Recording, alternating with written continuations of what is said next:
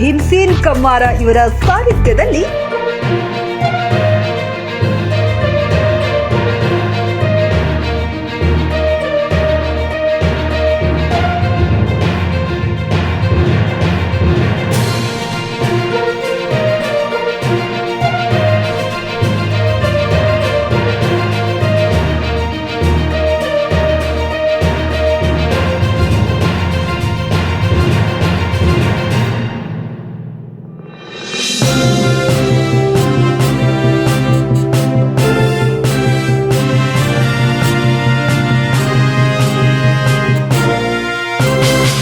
SC ಮತ್ತು ST ಕುಂದುಕೊರತೆಗಳ ಸಭೆ ಬೈಲಹೊಂಗಲ ಪಟ್ಟಣದ ತಾಲೂಕು ಪಂಚಾಯಿತಿಯ ಕಚೇರಿಯಲ್ಲಿ ಕಾರ್ಯಕ್ರಮ ಜರುಗಿತು. ಡಿಎಸ್ಎಸ್ ರಾಜ್ಯಾಧ್ಯಕ್ಷರಾದ ಸುರೇಶ್ ರಾಯಪೋಳ್ ನೇಸರ್ಗಿ ಭಾಗದಲ್ಲಿ ಅಕ್ರಮ ಮದ್ಯ ಮಾರಾಟವಾಗುತ್ತಿದೆ ಎಂದು ಅಬಕಾರಿ ಇಲಾಖೆಯವರನ್ನು ತರಾಟೆಗೆ ತೆಗೆದುಕೊಂಡರು.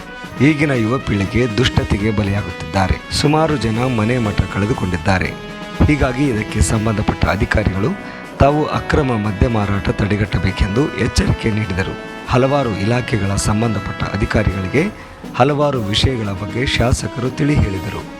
ಎಕ್ಸಾಕ್ಟ್ ಒಂದು ವರ್ಷ ಆಯ್ತು ಈ ತಿಂಗಳಿಗೆ.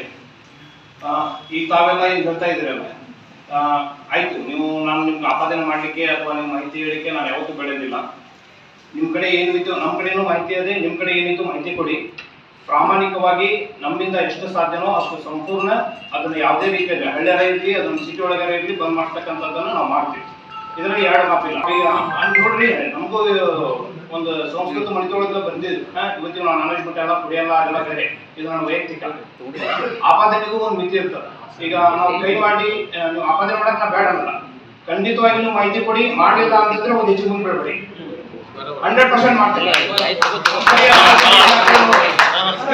ನಾನು ಮಾಡೋದು 100% ಮಾಡ್ತೀನಿ. ಅದೇನಲ್ಲ ಈಗ ಮೊನ್ನೆ ಸಾಹೇಬರು ಅಂತ ಕಡೆ ಹೇಳಿದ್ರು, ಒಂದು ಗ್ರಾಮದ ಬಗ್ಗೆ ಹೇಳಿದ್ರು.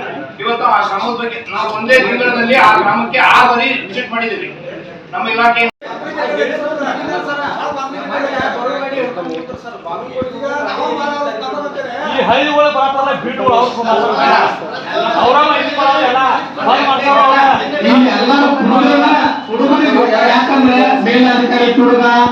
ಈ ಸಂದರ್ಭದಲ್ಲಿ ಬೈಲಹೊಂಗಲ ಶಾಸಕರಾದ ಮಹಾಂತೇಶ್ ಕೌಜಲ್ಗಿ, ವೀರಯ್ಯ ಹಿರೇಮಠ್, ಡಿವೈಎಸ್ಪಿ ಹನುಮಂತ ಶಿರಹಟ್ಟಿ, ತಾಲೂಕಾ ದಂಡಾಧಿಕಾರಿಗಳು, ತಾಲೂಕಾ ಸಮಾಜ ಕಲ್ಯಾಣ ಇಲಾಖೆ ಅಧಿಕಾರಿಗಳಾದ ಮಲ್ಲಿಕಾರ್ಜುನ ಉಳ್ಳಾಗಡ್ಡಿ, ಪಂಚಾಯಿತಿ ಕಾರ್ಯನಿರ್ವಾಹಕ ಅಧಿಕಾರಿಗಳು ಮತ್ತು ಈ ಕಾರ್ಯಕ್ರಮದಲ್ಲಿ ವಿವಿಧ ಸಂಘಟನೆಯ ಮುಖಂಡರು, ಸುರೇಶ್ ರಾಯಪಗೋಳ್ ಡಿಎಸ್ಎಸ್ ರಾಜ್ಯಾಧ್ಯಕ್ಷರು, ರಮೇಶ್ ರಾಯಪಗೋಳ್, ಮಂಜುನಾಥ ಶೀಡ್ಲಗೋಳ, ರುದ್ರಪ್ಪ ಮುಂದಿನಮನಿ, ನಾಗಪ್ಪ ಬೈಲಾಪಗೋಳ್, ಅಮೃತ ಮಾಳಗಿ, ರುದ್ರಪ್ಪ ನಿಂಗಣ್ಣನವರ್, ಸುರೇಶ ಲಂಕನಹಟ್ಟಿ, ಇನ್ನೂ ಹಲವಾರು ಮುಖಂಡರು ಉಪಸ್ಥಿತರಿದ್ದರು.